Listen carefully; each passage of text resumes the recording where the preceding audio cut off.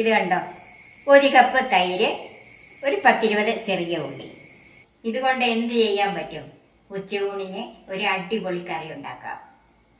Hi, എല്ലാവർക്കും നമസ്കാരം. എല്ലാവരെയും കുക്ക് വിത്ത് സോഫിയിലേക്ക് സ്വാഗതം ചെയ്യുന്നു. ഈ കറി ഉണ്ടാക്കുന്നത് എങ്ങനെയാണെന്ന് കാണണ്ടേ? അതിന് നമുക്ക് നേരെ വീഡിയോയിലേക്ക് പോകാം. ചൂടായ പാനിലേക്ക് 1 ടേബിൾ സ്പൂൺ വെളിച്ചെണ്ണ ഒഴിച്ചു കൊടുക്കാം.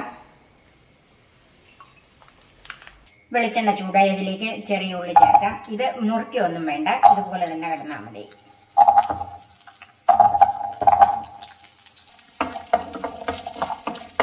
ഒന്ന് വഴറ്റിയെടുക്കണം. ഒത്തിരി അങ്ങ് വഴന്ന വെന്ത് കുഴഞ്ഞു പോകണ്ട.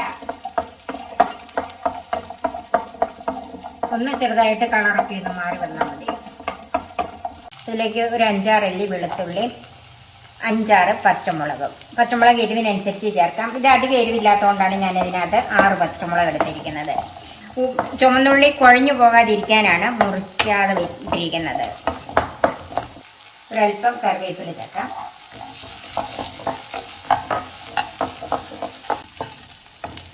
ഉള്ളിയും പച്ചമുളകും വെളുത്തുള്ളിയും ഒക്കെ ഒന്ന് വാടി വന്നിട്ടുണ്ട്.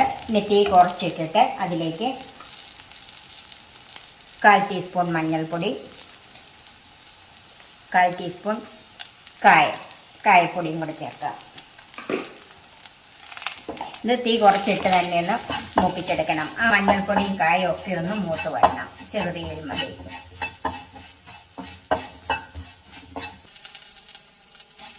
മഞ്ഞൾപ്പൊടിയും കായും ഒക്കെ ഒന്ന് മൂത്തിട്ടുണ്ട്. അതിന് നമുക്ക് തീ ഓഫ് ചെയ്യാം.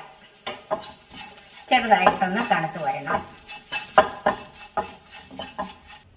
ഇപ്പോൾ ഈ കൂട്ട് ചെറുതായിട്ടും തണുത്തിട്ടുണ്ട്. അതിലേക്ക് തൈരൊന്ന് ഉടച്ച് ചേർക്കണം. മിക്സിയിൽ അടിക്കരുത്, സ്പൂൺ കൊണ്ട് തന്നെ ഒന്ന് ഉടച്ചാൽ മതി.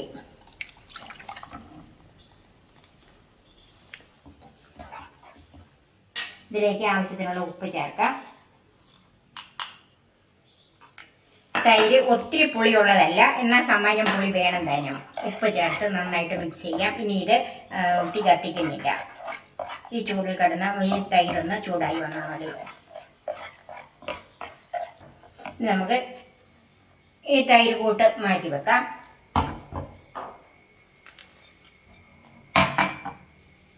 ഇനി കടുക് വറക്കാം. ചൂടായ ഒരു പാനിലേക്ക് വെളിച്ചെണ്ണ ഒഴിക്കാം. 1 ടേബിൾ സ്പൂൺ വെളിച്ചെണ്ണ ഒഴിച്ചിട്ടുണ്ട്. ഇതിലേക്ക് 1/2 ടീസ്പൂൺ കടുക് ചേർക്കാം.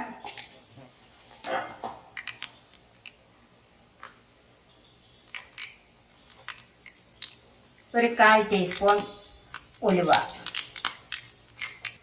3 വറ്റൽമുളക് മുറിച്ചത്, കുറച്ച് കറിവേപ്പിലയും കൂടെ ചേർക്കാം.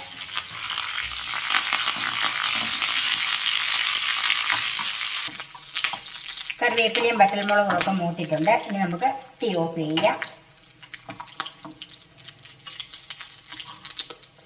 ഇതിലേക്ക് ഒരു 1/4 ടീസ്പൂൺ കാശ്മീരി മുളക് പൊടി ചേർക്കാം. തീ ഓഫ് ചെയ്തിട്ട് ചേർത്താൽ മതി. മുളക് പൊടി മൂത്തിട്ടുണ്ട്.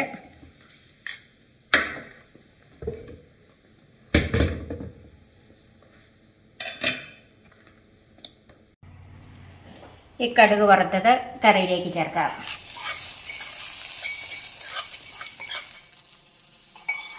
നമുക്കൊരു 2-3 മിനിറ്റ് ഒന്ന് മൂടി വെക്കാം. ഇനി നമ്മുടെ കറി ഒന്ന് നോക്കാം.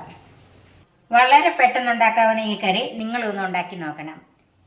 എൻ്റെ ചാനൽ സബ്സ്ക്രൈബ് ചെയ്യാനും ഫേസ്ബുക്ക് പേജ് ലൈക്ക് ചെയ്യാനും ഷെയർ ചെയ്യാനും കമൻറ്റ്സ് അറിയിക്കാനും മറക്കരുത്. പുതിയ പുതിയ വിഭവങ്ങളുമായി നമുക്ക് വീണ്ടും കാണാം. ഞാൻ സോഫി കുര്യാക്കോസ്.